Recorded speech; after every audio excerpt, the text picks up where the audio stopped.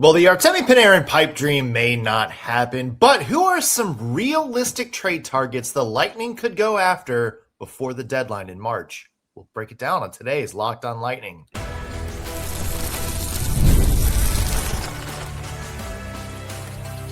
You're Locked On Lightning, your daily podcast on the Tampa Bay Lightning, part of the Locked On Podcast Network, your team every day. Thank you for making Locked On Lightning your first listen of the day. Every single day, we are your free daily Tampa Bay Lightning podcast, part of the Locked On Podcast Network, now the #1 sports podcast network. As always, we want to begin with a shout out to our everydayers. Those of you who tune into every single show, every single day, we love you and appreciate the support you give us week in, week out. I'm Nick Morgan, and I am joined by the Mitch Marner to my Quinn Hughes, Greg Steven. And Greg, it's been about 2 weeks now since we've covered a Lightning game. Do you know what I miss most about covering the Lightning this season? I'm curious. What is it? It's talking about the injuries, man. Oh, yeah. How could I forget? We did it every single week, and it just became a part of our show. Well, good news, because we have Lightning injury news. Team not playing in 2 weeks. Why us, Greg? This is like my worst nightmare. This is what I envision happening. This is why I have like a small thing with the Olympics, because of this. Yeah. So Victor Hedman is now hurt, did not play in the game against USA yesterday. And Max Crozier is now out for what sounds like the regular season. We're going to talk about that. We're going to look at some Lightning trade targets, and do your targets maybe shift a little bit now that we have 2 defensemen injured again? We'll also break down the insane Olympic action yesterday. There were some wild games in there, folks, as well as look ahead briefly to USA-Canada gold medal in the women's game today. A lot to get to on today's show. Before we begin, do want to mention today's episode is brought to you by Game Time. Download the Game Time app, create an account, and use code LOCKEDON for $20 off your first purchase. All right, Greg, as we stated right off the top of the show, buckle up because we have more injury news. Max Crozier, according to the team, is now out 10 weeks after core muscle surgery, which for all intents and purposes, basically the rest of the regular season and maybe the start of the playoffs as well. And that's not all. Victor Hedman, a lot of people noticed that he was on the bench the entire game for Sweden USA. Sweden came out afterward and said he was going to play, had something happen during pregame warmups, did not play a single shift in that game. So, Greg, obviously we get the timetable on Crozier. Hedman is a scary one because this is kind of what happened earlier this season. He was healthy, came back, looked fine, and then just a little tweak, and we miss him again for about a month and a half. So quick thoughts on both of these injuries to the Lightning. Man. All right, I'll start with Hedman because on the broadcast, they kind of talked about how it was during warmups, like you had mentioned. And then he was supposed to go to the locker room, but he just wanted to stay on the bench with his team. Great for him, right? That's respectable. What concerns me is that I feel like this could be a non-contact injury, which as a sports freak, we all know that's one of the worst injuries you can get, right? I mean, non-contact is just not the one you want. So what bothers me right now is that this feels like it could be long-term again for him. Mm-hmm. The other part that bothers me is, man, he just keeps getting injured. Yeah. And he's older and he keeps getting injured. So are we going to count on him being healthy consistently anymore? I don't know. Yeah, I mean, you kind of mentioned the scary part to me was, this is another sort of, I'm healthy. Oh, nope. Something just doesn't feel right. And that's kind of how and I'm with you. Like, I am starting to kind of get maybe a little concerned. I'd be concerned if it was the same injury, because if it's the same injury, then I think we have to start talking about, okay, that's clearly not fixed. What are the long-term outlooks of this? Yeah, exactly. Yeah. And the Crozier one, I mean, I think that's a huge blow to the team, to be honest with you. Oh, for sure. I know a lot of people probably don't look at him as top 4 guy, but I think he's a huge part of the defense, especially if Hedman's going to be down all this time. He was a huge guy that was filling in that slot, and a guy I was really high on at the beginning of the season. And he's been injured a fair amount this year as well. And it's tough to watch both these guys just struggle with these injuries. But I think, like you said, does it shift your trade targets here at the deadline? And, I'm going to go ahead and argue absolutely, right? Yeah. Well, that's a good transition, because today we went into the shows thinking, okay, we're going to be talking about some realistic trade targets the Lightning can go after. And I do think, at least on my list, it's changed a little bit since this news broke. So, Greg, let's kick us off.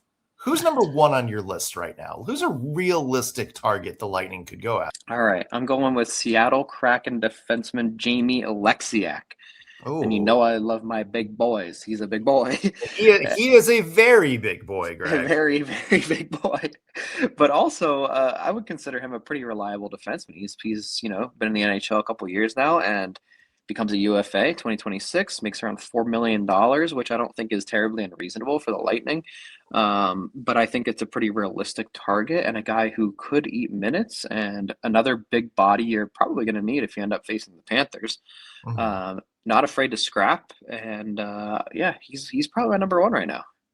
He certainly brings the size. That's for sure. And if you don't have Victor Hedman, you will need some size, I will say, there. He's certainly adds some physicality. Max Crozier, I think, added a lot of physicality. So that's a good replacement, I think. And again, it's not a lot of risk. I think for me, I look at him as maybe just like insurance. Yeah.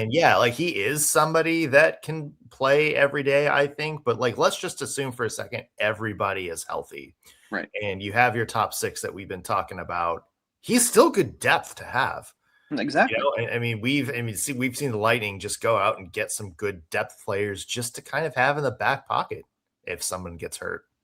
Right. And I don't think you're looking necessarily for a guy who's going to be a permanent top 4 guy. So I think you don't need a world beater here. Right. Exactly. Accent. Exactly. And I think having size as your accent, and a guy who, isn't necessarily new to the leagues, he's got some time in the league. I think that's pretty reasonable. And also I think the price is something they could pay reasonably at this time without, damaging their Radish money or their Kucherov money. Yeah. I'm with you, and I actually think that strategy plays into somebody who's going to be my pick in the next block. Okay. For now, though, I do want to circle back on somebody that I've been talking about for a while, and that's Blake Coleman. I'm actually just going to go in and make a big pitch on Blake Coleman. Now, obviously, good nostalgia vibes. Part of the Bolts 2 Cup teams in 2020 and 2021, signed a 6-year deal right after that 2021 Cup win with the Flames, which is where he is now, and a big trade target. And here's my pitch, Greg. I think there is a spot for a forward on this team to play every day, especially with some of the injuries, and especially now that Jack Finley, who was kind of the extra guy, is now gone, lost on waivers. Blake Coleman not only brings experience, that part's for sure, he's a good veteran presence, but I think he also brings a better than expected scoring pop in terms of somebody you'd want as a depth player. 13 goals, 21 points, and 44 games with Calgary. That's not bad for somebody in his role. He's also extremely defensively responsible, plus 54 across 5 seasons in Calgary. And let's face it, some of those Flames teams were very, very bad. And, he's somebody I see being a great depth piece on the Lightning 4th line. Somebody who can also, add some extra penalty killing depth. And if you need him to play the net front role on the power play, it just seems like there's a lot you can do with Blake Coleman. And hey, after Yanni Gourde came back last year and is having a tremendous season, why not? Yeah. Why not get some nostalgia vibes and see how it works out? I'm with you. I think it's a very reasonable pick. And I think, like you said, the big part about him is he's so diverse. He can kind of slot in a lot of different roles wherever you need him. And I think also the same logic that we use for Alexiak applies here, where you're not looking for a top 6 guy to put up, 12 goals in the playoffs. You're Yeah. looking for a guy to support the cast you already have. And I think he is a solid fit. And I think his experience with the Lightning specifically is another reason to bring him back. He's insurance for sure, and some Exactly. really good insurance in that. That's going to be a theme of at least my picks for this. I would say the one question mark for Blake Coleman, and you and I can talk about this a little bit, but is the contract. Has 1 year left after this year at basically $5 million. I would maybe see if there's a way the Flames or somebody else, if you're going to do a 3-way trade, might retain some salary on that. But if I could see him getting sold for as little as a 3rd round pick, maybe a couple of mid-round picks if you're asking the Flames to retain some salary. But I think obviously Radish and Kucherov, that's going to be the cap priority this summer. But if you can find a way to maybe get Blake Coleman back for 1 more year at a little bit of a discount, I think he's a great hockey addition to this team. I agree with you. I like this pick, and while I'm looking for defenseman fully, I think he's still a guy who would provide more for this team in the playoffs. I think he also is just a veteranship too. It's just all those qualities about him are strong here. Yeah. Well, you want defenseman, Greg? Okay, I'll throw a defenseman at you. I'm going to talk about defense, who I would pick for the Lightning to go after. And it's not a sexy name, but one I think will absolutely fit what the Lightning need right now. Let's talk about that when we come back on Locked on Lightning. Today's episode is brought to you by Game Time. There is nothing like being in the arena for a sporting event, whether it's the NHL, the NBA, NFL, baseball, what have you. The crowd, the energy, the moment, the excitement. Getting tickets, though, that part hasn't always been so simple. That's why Game Time has become the go-to app for scoring tickets fast without the hassle, because it puts the advantage back where it belongs, with you, with me, the fans. All you have to do is pull up the Game Time app to see what events are coming up in your area. I love seeing the all-in price up front. When I'm scrolling, the price I see is the price I see when I check out. There's no surprise fees or hidden fees. Plus, being able to see the view from your seat before buying made the decision easy. Zone deals also stand out. All you have to do is choose the section, and Game Time picks the seats, and you save big. It's also great for last-minute options. There are NBA tickets right now showing up at solid prices, well below retail value. Everything feels quick, intuitive, and stress-free from start to finish. So take the guesswork out of buying tickets with Game Time. Download the Game Time app, create an account, and use code LOCKEDON for $20 off your first purchase. Again, that's code LOCKEDON for $20 off. You can find Game Time in the App Store, or if you're going online, it's gametime.co, not gametime.com. Download the Game Time app today. Great tickets, low prices, guaranteed. Welcome back to Locked on Lightning. Nick Morgan here alongside Greg Stephen. And Greg, you want defense. I do. I'll throw some more defense at you for Lightning trade targets here. I'm going to preface this by saying this isn't a sexy name. Okay. This is not somebody who's going to move the needle. But one person under the radar that I'm watching is Connor Murphy on the Chicago Blackhawks. Number one, right-handed shot. One of the few right-handed D-men on the market right now. Yep. Number two, maybe not the defender he was a couple years ago, but still pretty defensively responsible. He's a rental. He's a free agent at the end of this year, so not a lot of risk. And just because he hasn't been great on the Blackhawks this year, I don't think he's going to be expensive. Maybe no more than a mid to low round pick or two. Yeah, I can absolutely see that. I mean, he's a penalty killer too, if I'm not mistaken. I believe he is, yeah. And yeah, I could absolutely see that as a realistic target. It's just, what are you willing to give up? And I think, like you said, we're kind of looking insurance-wise more than anything. And yeah, he's a guy who absolutely would be that for the Lightning. And who knows, man? Some of these guys who play on these teams like the Blackhawks, all they need is a little bit of a motivator to play in the playoffs with a really good team, and all of a sudden they're a new guy. Yeah, and you said the key word for me, insurance. This is all about being an insurance move. This is somebody that you can slide in for a few minutes. If Max Crozier is out for a while, if there's concern if Victor Hedman, if Lilberg is still not 100%, it's depth.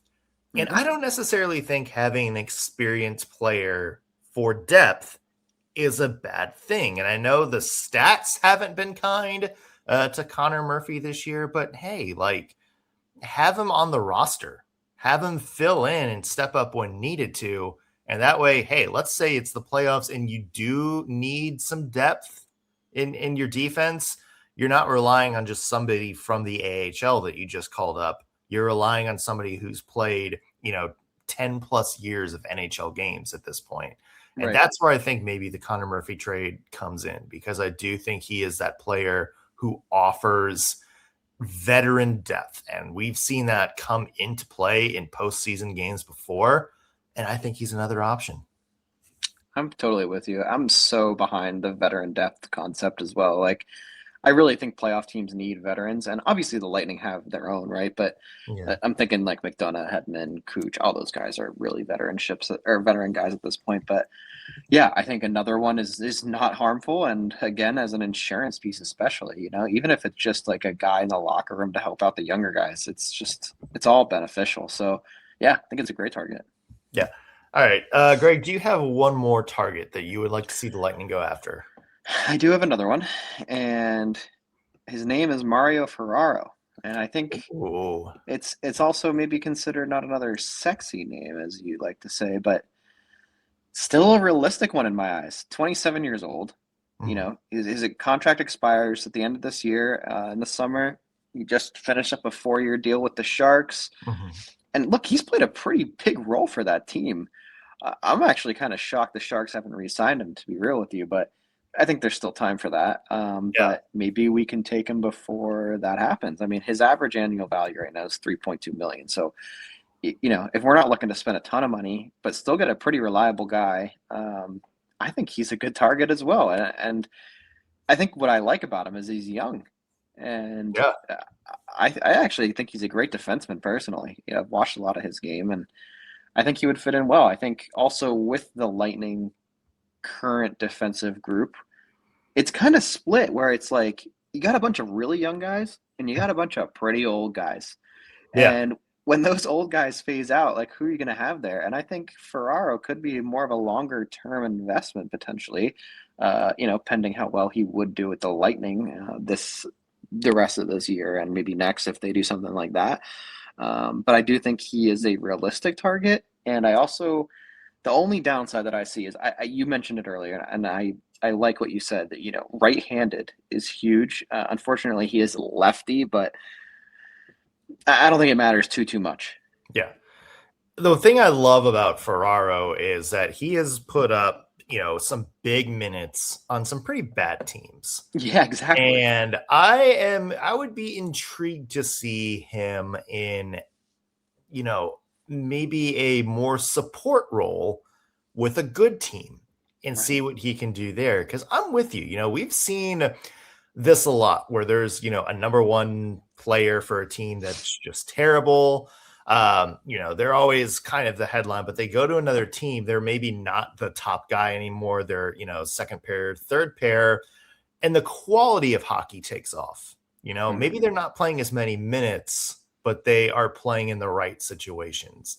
And maybe they're away from having to defend the top stars every night. The Lightning don't need somebody to defend the top stars. They just need somebody to go out there and play good hockey. And for me, Mario Ferraro would fit that mold. He does have some scoring pop. He had his 100th career point this season, which, isn't great, but it's perfect for, I would say like 15 points a year is perfect for a bottom pair, middle pair defender like Ferraro. I could get behind this, Greg. And you know what? I will say, I'll throw this out there too. If you can't go out and re-sign Darren Radish, there's another left-handed shot that you could just kind of plug in that same age range. Not necessarily the offensive guy Radish is, but just somebody that I think can be very responsible from that left side. Yeah, exactly my point. And I hope we get Radish. Look, but if you don't get Radish, like you said, Ferraro is a good guy to have in your lineup, I think. And I like what you said about how we see these guys come to fresh teams and play a more specific role rather than a big minutes role. And I think that would benefit him a lot. And also, I'd love to see him play. Not that the Sharks don't have. I mean, look, Sharks have Celebrini, my guy, right? But Yeah, that's all I need. but still, I'd love to see him play with a team like Lightning, who are stacked and have a lot of talent. Like, what can he do with talent in every slot around him? And I think you might see him pop a little extra instead of those 15 points that we would predict. Maybe he puts up 30. I don't know, but I don't know. I'd like to see it, and I think it's a good ad, especially with these two defensemen down that we have. Yeah. So we're going to have, I would say, 2 weeks, if my math is mathing right. Yeah, it is 2 weeks. When the Lightning come back to make a decision on who they're going to tackle at the trade market. These are all options I think I would love to see the Lightning go after realistically, and all options I think that would make a good fit. So we'll have to see what happens there. But first, we have some insane Olympic quarterfinals to get through. God, if you watched the games yesterday, whew, gonna need a cigarette to calm down for that one. We'll talk about the Olympic quarterfinals and the gold medal game for USA Canada women when we come back on Locked On Lightning. Today's episode is brought to you by Indeed. Workplace chaos, deadlines stacking up, inbox flowing. This might not be the one time of year where you want to sit down and interview candidates for an open position. But when the pressure's on and you need the right hire, this is where Indeed Sponsored Jobs can step in. And that's because Indeed Sponsored Jobs helps you reach the people who actually fit what you're looking for with skills, experience, location, so you're not just hoping the right candidate stumbles across your job post. Here's the stat that says it all. In the minute that I've been talking to you, companies like yours have made 27 hires on Indeed, according to Indeed data worldwide. So if you're hiring, spend less time searching and more time interviewing candidates who check all your boxes with Indeed Sponsored Jobs, with less stress, less time, and more results. Because when you need the right person to cut through the chaos, Indeed Sponsored Jobs has your back. Here's a fun thing. Right now, listeners of Locked On Lightning get a $75 sponsored job credit to help get your job the premium status it deserves if you go to Indeed.com/podcast. Again, go to Indeed.com/podcast right now and support our show by saying you heard about Indeed on Locked On Lightning. Again, one last time, Indeed.com/podcast. Terms and conditions apply. If you need to hire, it's a job for Indeed Sponsored Jobs. Welcome back to Locked On Lightning. Nick Morgan here alongside Greg Steven. And Greg, let's talk about Olympic hockey because holy Jiminy Christmas. Crazy day. Yesterday was a great slate of games. Thought at one, it's funny because you look at the bracket, it's all chalk. But God, if we look for a second, there's going to be some massive upsets up until the last minute. It really did. Yeah. I think the only less exciting game was the Germany-Slovakia game. And outside of that, just banger after banger, huh? Yeah. It was absolute chaos from start to finish. Let's talk about USA, Sweden. Obviously, we talked about Victor Hedman not being in the mix for this one. Was a little sad to see, but Americans win 2-1 thanks to a Quinn Hughes overtime winner. Greg, I'm just going to speak for everybody here. When Mika Zibanejad scored that goal with 90 seconds left, I thought, okay, that was a fun dream while it lasted here. Yeah, 100%. When they scored at the end, I said, oh, but you know what? I want to give another shout out to Landeskog, man. I know I mentioned him in our last Olympic chat, but he's really played a big role for Sweden. Yeah. And he picked up an assist on that Zibanejad goal. And yeah, he's been so good. So give him a lot of credit. But yeah, USA pulled through in the end. thank the heavens, right? I mean, Yeah. we're all USA guys over here. Oh, sure. But how about Quinn Hughes? I mean, dude is just something else, man. He really is. He's just unbelievable. Factored in on both USA goals, and the Hughes brothers too, just kind of popping off in this game. Yeah. I'm like I said, I think Quinn Hughes, that's your Norris Trophy frontrunner this year. He certainly came up big. Big day for the Red Wings. You had Dylan Larkin score. You had Lucas Raymond with an amazing assist to set up Sweden's goal. Yeah, and I thought, it was kind of a good USA game to be able to eke out that win. First win over Sweden ever in the Olympics. Who would have thought? It was very exciting to watch overall too. Yeah, but let's move on to what I thought was the game of the day, and also maybe the weirdest game of the day, and that's Canada beating Czechia 4-3 thanks to a Mitch Marner OT winner. And God, this game had a lot of spiciness to it, Greg. You had Sidney Crosby getting injured, and after a sequence where it was clear the Czechs were going after him with some big hits. You also had multiple missed calls, including a sequence where the Czechs had 6 skaters on the ice. He also had multiple clear high sticks not called. You had Darren Drager fighting with a team of doctors online over the Sidney Crosby injury. God, what a weird game to watch. And ultimately, Canada does survive. Yeah, I thought they were toast too. I thought they were cooked. I mean, it didn't look good for them in the last few minutes, and then they came back. And I got 2 shout outs here. Okay. First, that Marner goal, clean. What a great play by Mitch Marner. Just first of all, to split the D. Second of all, to just roof that on, I think it was his backhand. Unbelievable, man. Just such a good goal, and especially a game-winning goal. Just beautiful. My second shout out is my boy Macklin celebrating with 3 points, dude. 3 points. I knew you were going to bring him up. This kid does it all. I mean, what's going to stop him? Unbelievable player. Holy. Anyway. There you go. Your fantasy team is getting a big boost these Olympic Games. Oh, yeah. Yeah. I'll also say a little bit of a shout out to Brandon Hagel. Didn't score a point, but I did think he factored in a little bit on that game tying goal from Nick Suzuki. In fact, I thought for a split second that Hagel scored that. I thought he was the one that got the puck on it, but I did still think he was a big part of what caused that screen, that traffic in front of the net. And that led to Nick Suzuki being able to get a stick on it without, the goalie really seeing what direction it was going. So, yeah, Brandon Hagel having a good tournament. And of course, John Cooper behind the bench moves on as well, too. So couple Lightning shout outs there. Greg, let's get to the other overtime game. And that was Finland beating Switzerland 3-2 in OT. Greg, JJ Moser and the Swiss led this game pretty much from the get-go. Just couldn't close the doors. Finland's 2 goals late. And then the overtime winner to score the big upset. Really thought Switzerland had this for a little bit. Me too, yeah. But you know what? The Dallas Stars are marked all over this one. I mean, Heiskanen goal from Hintz and Rantanen. I mean, it doesn't get any more Dallas Stars than that. And Lindell's out there. So, yeah, big Stars game in my eyes. Well, it was, also maybe a Panthers game, because did you see Eetu Luostarinen with a dirty hit?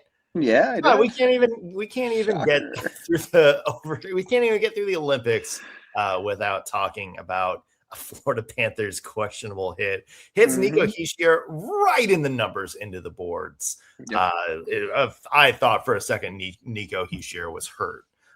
Just some good old fashioned NHL continuity happening there with some spicy Panthers nonsense. Unsurprisingly so. But yeah, I mean, dude, all these games, these 3 games we just talked about, crazy close, just exciting to watch. And if you missed them, I strongly recommend keying into the next couple, because they're going to be wild too. Yeah, and the other game, of course, Slovakia beats Germany 6-2. We talked about this a little bit yesterday. Eric Chernak moving on will play for a medal. Greg, I'll just say it, Slovaks are for real. Watch Yeah, out for for the real. Slovaks. USA is going to have a tough time coming up in the semifinals on Friday. That's for For sure. sure. And I kind of thought, Draisaitl and Stützle were going to pull that one out, but I was mistaken. Yeah, I had Germany on upset alert for that one. Mm-hmm. So, of course, Canada will now play Finland, USA versus Slovakia in the semis. Full preview of those games coming up on tomorrow's show. Real quick, we talked about USA, Canada women a little bit on the show the other day. Those two will be playing for a gold today, 1 o'clock puck drop. Greg, real quick, who do you got winning this one? I got USA, baby. They've looked so good, and we already saw this matchup once, and it was a decimation. It was 5-0, if I'm not mistaken. So I'm going with consistency. I'm going with my home country, USA, baby. Yeah, I am also going with USA. I don't think it's going to be the blowout that we saw the other day. I think the Canadians are going to be coming into this game with a lot to play for, with a lot of, I would say pride on the line. They want to defend their gold medal. And I think, Debian is going to keep it close for the Canadians on the other end. But I'm with you. I just think this USA team, so much firepower, so much talent on that roster. They're absolutely stacked right now. I'm picking USA. I think this is the team of destiny. And I double down on what I said the other day. Like, if the USA women don't win this one, I do think it's a little bit of a disappointment for the Americans. I agree with you. I think this is the time right now. So I believe they get it done, but I agree with you. I don't think it's going to be a 5-0 game. I think it's going to be something like 3-2. Yeah. All right. So we'll talk about the recap on that on tomorrow's Locked On Lightning, as well as official previews for the men's semis and more Lightning news and notes to get through too. We'll let you know if we hear anything about Victor Hedman's status as well. That's going to do it for us on today's Locked On Lightning. Thanks for making us your first listen of the day. Back with a new episode tomorrow. We'll see you then.